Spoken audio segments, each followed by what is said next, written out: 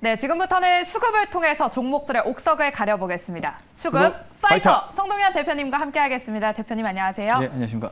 네, 먼저 수급 동향부터 한번 살펴보겠습니다. 현재 기관만이 코스피, 코스닥 양시장 모두에서 지금 매수하고 있는데 금방 들어가기 직전에 기관이 지금 코스피에서 많이 사고 있네요라고 말씀해 주셨어요. 네. 지금 반대로 외국인은 코스피에서 매도 우위를 보여주고 있고요. 코스닥 시장에서만 외국인이 수급에 들어와 있는 상황입니다.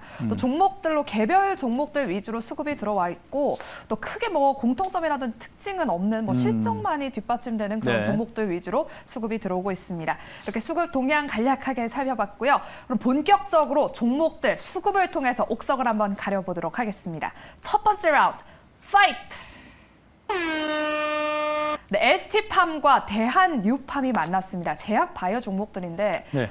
하반기에 이제 신약 임상 발표들이 다 예정되어 있어서 하반기부터 더 좋아질 것이다. 투심이 좀 더 개선될 것이다. 이런 이야기가 있는데 지금 좀 담아봐도 괜찮을까요? 일단 말씀대로 진짜 네. 요즘에 제약바이오 섹터들이 약간 바닥권에서 이제 꿈틀대는 흐름들이 나타나고 있는 것 같아요. 이제 코로나19가 조금 지나가고 아무래도 이제 제약바이오 회사들 입장에서도 이제 아무래도 임상 데이터를 낼 수 있는 그런 환경이 조성되다 보니까 좀 그런 기대감들이 있는 것이 아닌가. 왜냐하면 또 환자 수가 잘 모집이 돼야 되잖아요. 네. 그런 게 있기 때문에 제약바이오 섹터도 시간이 점점 지날수록 그런 데이터들이 나올 가능성이 높아질 것으로 보여집니다. 네, 우리 경제방송을 많이 보시는 우리 시청자분들뿐만 아니라 저도 요즘 제약바이오 종목들이 계속해서 이런 경제방송에 언급이 되네 싶은데 그렇다면 과연 송동현 대표님께서는 이 두 종목 중 어떤 종목을 조금 더 매력적이다라고 생각하시는지 바로 승자 공개해 보도록 하겠습니다. 네, ST팜을 꼽아주셨어요. 네. 일단 ST팜이 오늘 보시면 굉장히 흐름이 좀 양호한 흐름입니다. 네. 우선은 이제 ST팜 하면은 가장 먼저 떠오르는 것은 바로 RNA 치료제, 이제 리보 간섭 치료제일 겁니다. 지금 이제 이 RNA 치료제의 시장의 성장이라고 되어 있는데 사실 이 RNA 치료제가 예전에는 그 희귀 질환 쪽에서 많이 치료가 되다가 이제는 시장이 매우 큰 만성 질환 쪽으로 이제 기술력이 많이 올라가면서 그래서 이제 시장이 개화가 되고 있다. 이렇게 표현을 많이 하거든요. 이제 RNA 치료제라는 것은 이 RNA 간섭 현상을 이용해서 발병 원인 되는 이 단백질 발현 자체를 억제시키는 그런 효과가 있기 때문에 질병의 근본적 치료가 가능하다. 그런 점 때문에 많이 현재 주목을 받고 있는 상황입니다. PCSK9이라는 이런 발현할 수 있는 이런 단백질 억제를 통해서 특히 이제 LDL-C 콜레스테롤 치료를 이제 감소시키는 쪽으로 많이 이제 사용을 하고 있는 상황이고요. 특히 그래서 이제 ST팜 하면 대표적으로 노바티스 인클리시란이라고 많이 들어보셨을 겁니다. 이제 사실 이제 인클리시란인데 이제 렉비오 치료제로 이제 나오고 있더라고요. 장점은 6개월에 한 번씩 투여를 할 수 있다라는 이 투약 기간이 굉장히 길죠. 그것 때문에 향후의 성장성을 굉장히 높이 평가하는데 그 원료를 ST팜이 담당을 하기 때문에 시장 자체가 매우 커질 것이다라고 일단 보는 겁니다. 2026년까지 약 9조 정도 시장이 형성될 것으로 보여지고 연평균 61% 이상 CAGR, 즉 연평균 성장률이 61%나 나오고 있는 시장이 바로 RNA 치료제 시장이기 때문에 그 원료를 공급하는 ST팜이 당연히 주목을 받을 수밖에 없다라고 볼 수가 있겠습니다. 앞서 제가 말씀드렸지만 이제 렉비오, 즉 이제 인클리시란이 다른 암젠의 레파타라든지 사노피의 프렌루에프라든지 이런 치료제보다 굉장히 투약 효과가 길기 때문에 그 시장을 앞지를 것이다라는 점만 좀 참고를 하시면 좋을 것 같고요. 그다음에 이제 화이자의 부파노로센이라든지 아이노이스의 올레지르센 등등의 심혈관 치료제 쪽도 이 RNA 치료제를 만들고 있거든요. 이제 그쪽 시장이 커질 것으로 보여지고요. 얀센의 JNJ3989라든지 또 사노피의 베피로비르산이라는 이런 제품들도 이제 비형 간염 치료제거든요. 이제 여러 가지 지금 만성 질환 치료제가 커지고 있는 상황에서 그 대부분을 ST팜이라든지 다른 이 RNA 원료를 공급하는 시장이 공급을 하고 있습니다. 그렇기 때문에 RNA 치료제 쪽에 강력한 모멘텀이 있다. 이렇게 정리하시면 될 것 같고요.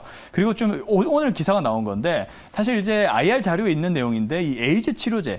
근데 이게 에이즈 치료제는 많죠. 그렇지만은 ST팜이 만들고 있는 에이즈 치료제는 세계 최초 완치를 목적으로 하는 에이즈 치료제입니다. 네, 그렇기 때문에 그 임상 데이터가 굉장히 기대가 된다라는 그런 기대감이 현재 나오고 있는 상황입니다. 임상 일상 공개 임박이라는 뉴스가 나왔습니다. 오늘 그 소식이 들리자마자 수급이 좀 들어가는 모습들이 나와주었고요. 그다음에 또 신규 파이프라인이죠.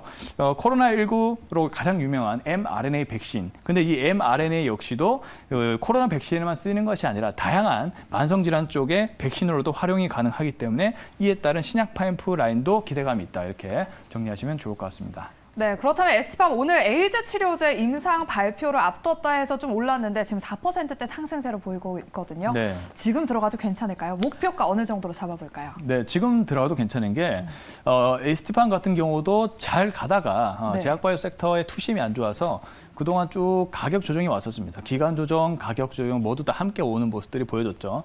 근데 여기서 보시겠지만 이렇게 이평선이 점점 몰리고, 그러니까 즉 이제 붙고 있는 상황이죠. 즉 이제 어느 정도 매도세가 끝나고 힘을 응축하는 모습이 나와주는데 여기에서 하방일 것이냐 아니면 상방일 것이냐 결정이 되는 순간인데 오늘 보시면은 장기 평선을 돌파를 해내는 모습들이 나와주고 있습니다. 즉 이제 그 부정보다는 긍정적인 흐름이 기대가 된다라는 것이죠. 그래서 이제 지금 가격대가 이제 10만 원, 뭐 한 11만 원 이렇게 돼 가고 있는데요. 이 라인대에서 계속 종가 수준으로 유지가 된다면은 저는 이 라인대도 매수가 들어가도 괜찮다라고 생각이 들고 있습니다.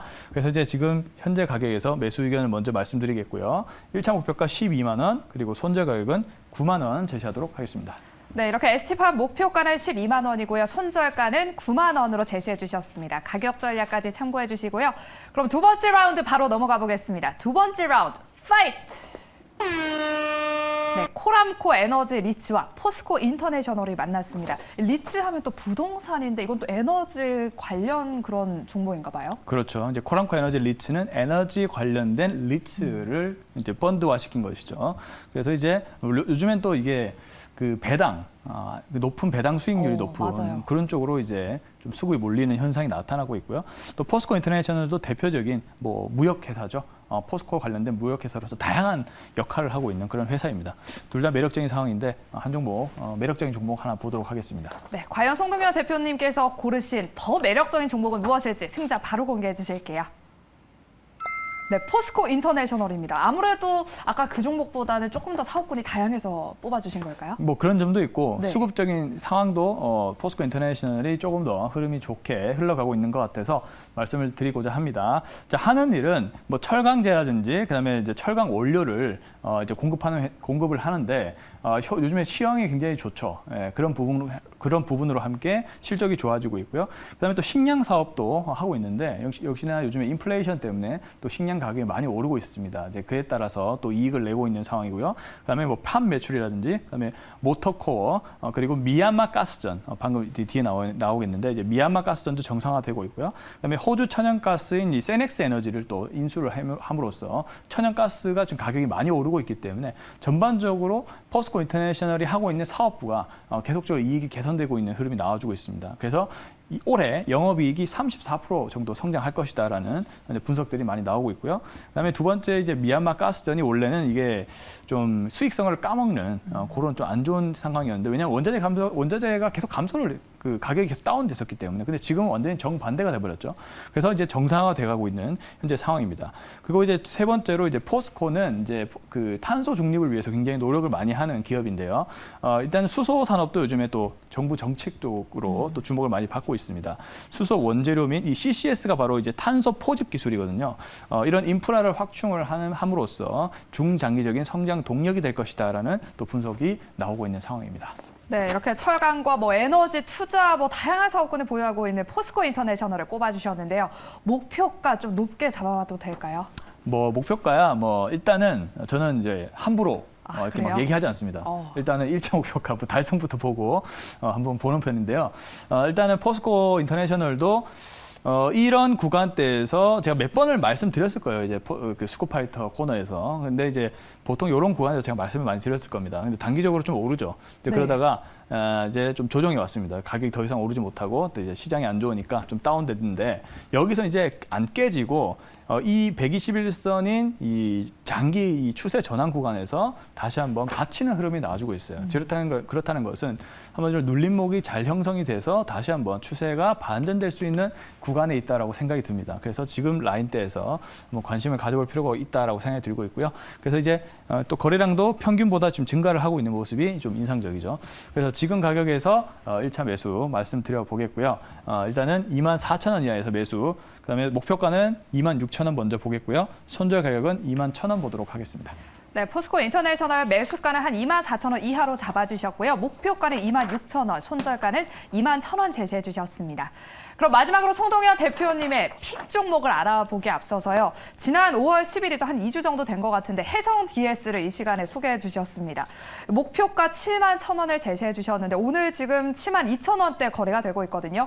1분기 실적이 이제 시장의 컨센서스를 상회했다라는 소식이 나오면서 오늘 강세에 나타나고 있는데 이 종목 좀 수익을 볼까요? 아니면 조금 더 들고 가도 될까요? 네, 우선은 좀 이제 수익 실현을 하는 것이 좋지 않을까라고 생각이 듭니다. 우선은 분할 매도 먼저 의견을 말씀드려 보겠고요. 워낙 이제 해성 DS는 이 실적에 대한 기대감들이 워낙 높았던 그런 기업이기 때문에 아마 제가 이런 구간에서 얘기를 드렸을 거예요. 근데 이제 다시 한번 시세가 좀 나면서 추가적으로 상승세는 이어 나갈 겁니다. 그래서 근데 이제 16% 이상 정도 수익이 났기 때문에 분할적으로 이제 매도를 하면서 대응을 하시면 좋을 것 같습니다. 네, 목표가 달성한 해성 DS는 수익을 보는 게 좋겠다, 매도하는 게 좋겠다라는 의견 주셨습니다. 그럼 오늘의 종목 어떤 종목일까요?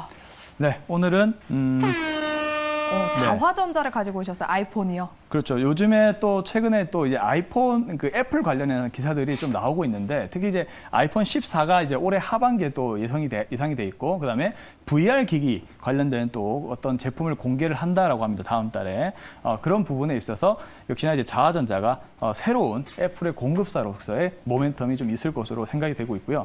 일단은 1분기 매출은 영업이익 쪽은 좀 예상보다 하회를 하는 그런 흐름이 나왔는데 2분기부터는 영업이익이 흑자 전환될 것이다라는 분석들이 많이 나오고 있습니다. 그리고 이제 손떨림 보정 장치라고 하죠. OIS 부품을 생산하고 있는 기업이고, 그다음에 고배율 줌이라든지 이런 등등의 아주 품질이 높은 그런 기준이 많이 높아지면서 이런 기술력이 뛰어난 이런 렌즈 수가 확대되고 있기 때문에 자화전자 같은 기업들이 경쟁력이 올라가고 있다라고 저는 생각이 듭니다. 그리고 이제 삼성전자라든지 중국향 쪽으로 이때까지 OIS라든지 스마트폰 관련된 부품을 잘 공급을 했는데 가장 중요한 모멘텀은 이제 애플을 통과를 함으로써 일단 글로벌 공급사가 확대가 됐다는 것이죠. 그래서 구미에 또 신규 공장을 또 짓기도 했습니다. 그래서 이런 모멘텀들이 전반적으로 점차 시간이 지나면서 더 반영이 될 것으로 보여지기 때문에 자화전자 한번 관심을 갖고 보도록 하겠습니다. 네, 그렇다면 가격 전략도 제시해 주시죠. 네. 현재 구간에서 우선은 이제 매수 의견을 먼저 드려보겠습니다. 여기서 이제 차한가를 가는 흐름들이 나왔을 거예요. 그러다가 조금 조정이 왔는데 다시 한번 이 구간에서 지금 반전의 흐름들이 좀 나와주고 있는 것 같아요. 그래서 지금 구간에서 매수 먼저 말씀드리겠고요. 1차 목표가 32,000원, 그리고 손절 가격은 26,000원 제시하도록 하겠습니다. 네, 자화전자 목표가 32,000원이고요. 손절가 26,000원입니다. 가격 전략까지 체크해 주시고요. 이렇게 송동현 대표님과 함께 수급을 통해서 종목들의 옥석을 가려봤습니다. 오늘 말씀 고맙습니다. 네, 감사합니다.